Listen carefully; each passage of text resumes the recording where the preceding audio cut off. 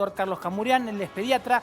Y doctor, la primera pregunta, bueno, Juan Cruzanz, Ana Cecilia y todo el equipo de Crónica 2020 saluda, bienvenido. La primera pregunta es, hasta hace una semana, hasta hace unos días, había un norte, había una suerte de... Parecía que todo iba viento en popa. Viento en popa, había una fecha, había un primer trimestre. Ahora, ¿qué significa esta... reacción adversa, reacción adversa, esta suspensión o este parate en el medio de la prueba de vacuna? Bueno, primero poco se sabe respecto de esta reacción adversa, ¿no? Digamos, y esto es parte del protocolo, ¿no? Esto debe ser así, esto lo sabe el laboratorio y por supuesto las personas que están llevando a cabo el estudio. Ahora, las pruebas con la vacuna y con cualquier vacuna, llamarla ahora vacuna, pero puede ser también un medicamento, digamos, siempre se hacen este tipo de pruebas para ponerla después en funcionamiento en los pacientes, se hacen específicamente y justamente para esto, ¿no? Para evaluar la seguridad y la efectividad de la vacuna. Las dos cosas. Dentro de la seguridad que es evaluada, es también visto si hay o no hay efectos adversos en las personas que están dentro del protocolo de estudio. En este caso, apareció aparentemente un efecto adverso severo en uno de los pacientes que está incluido en el protocolo, que, insisto, no sabemos bien cuál es el problema que sucedió. Aparentemente se habla de una mielitis transversa, que es una afección de los nervios, de una vaina que recubre los nervios, pero no sabemos efectivamente si es esto.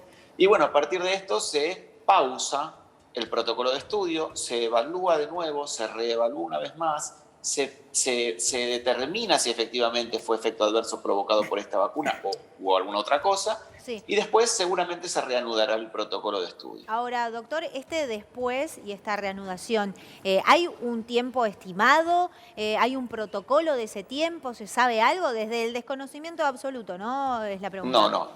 No está protocolizado el tiempo que se puede pausar. Se va a pausar hasta que se determinen todas estas cosas, porque por supuesto que el laboratorio no quiere seguir poniendo en riesgo a más personas que estén en el protocolo de estudio y que puedan causarle el mismo efecto u otro. Entonces, se pausa hasta estar seguros de que el efecto adverso haya sido provocado por otra cosa o de modificar algún componente de la vacuna para que esto no suceda. Pero, insisto, no hay un tiempo para esto y esta quizás es la preocupación mayor de todos nosotros. Ahora, como vos decís, veníamos muy bien y ahora hay que esperar un poquito más. Sí. Ahora, Carlos, por lo menos en el protocolo de la vacuna que se está probando acá, en teoría la persona que la recibe y quien la aplica no sabe si aplica realmente la vacuna o un placebo.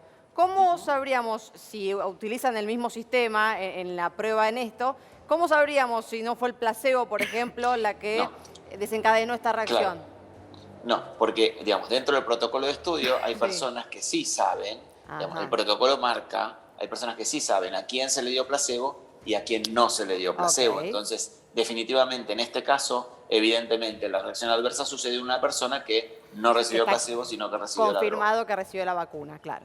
O sea, de acuerdo a lo que entiendo, doctor, y lo que está explicando, se podría decir que esto está dentro del plan del armado de la vacuna. O sea, no es que esto quizás altera esas fechas que nos habían dado, sino que cuando dan esas fechas saben que quizás haya una marcha, una contramarcha y que es posible esto. Sí, está contemplado, digamos, dentro de lo que puede suceder en cualquier protocolo de estudio. Quizás uno hubiera pensado que no sucedería nada, que no habría efectos adversos. Sin dudas, el poner una pausa puede demorar un poco el tiempo que nosotros teníamos planificado. No sabemos cuánto, quizás son días, no lo sabemos.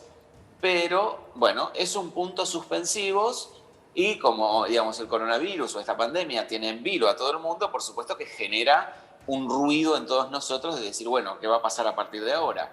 Pero insisto, específicamente el protocolo de estudio es para esto, para determinar qué es lo que pasa, porque todos queremos darnos una vacuna que sea segura. Claro. Entonces, y vuelvo a decir, digamos, todas las personas que entran en el protocolo y que se aplican la vacuna para estudiar, saben que estos efectos pueden ser causados dentro del protocolo, digamos, lo conocen y están de acuerdo con entrar en el protocolo, a pesar de que puede causar alguna enfermedad en ellos, ¿no? Doctor, estamos atravesando un momento de la pandemia con un número alto de contagios.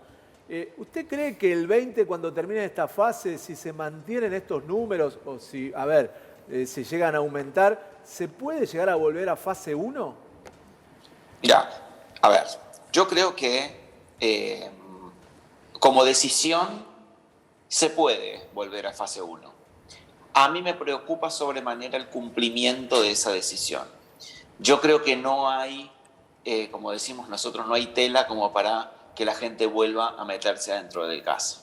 Hay mucho enojo, hay mucho cansancio, hay mucha frustración, hay muchos otros problemas que los vemos hoy candentes todo el tiempo, que hacen que el tratamiento de la pandemia quede quizás en un segundo plano.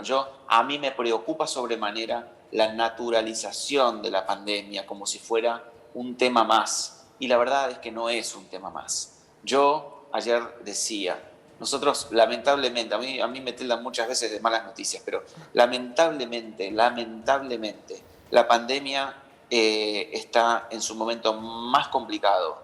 Y yo creo que vamos a ver imágenes muy, muy desagradables porque los hospitales están en graves problemas, gravísimos problemas. Hoy hablaba con un terapista, hablaba con un médico de terapia intensiva, un jefe de terapia intensiva. Y entonces él me decía, de un hospital, y entonces él me decía, me dice, yo escucho que dicen que las terapias están al 60%, al 65%. La verdad que si las terapias estuvieran a ese porcentaje, nosotros estaríamos relajados acá tomando un café y viendo cómo ocupamos el otro 40%. Sí, y la verdad es que no es así. No es así, las terapias están Doctor, llenas. doctor, la información inmediata nos llama, les agradecemos muchísimo esta comunicación como siempre, un placer. Por favor. Hasta luego. Un abrazo.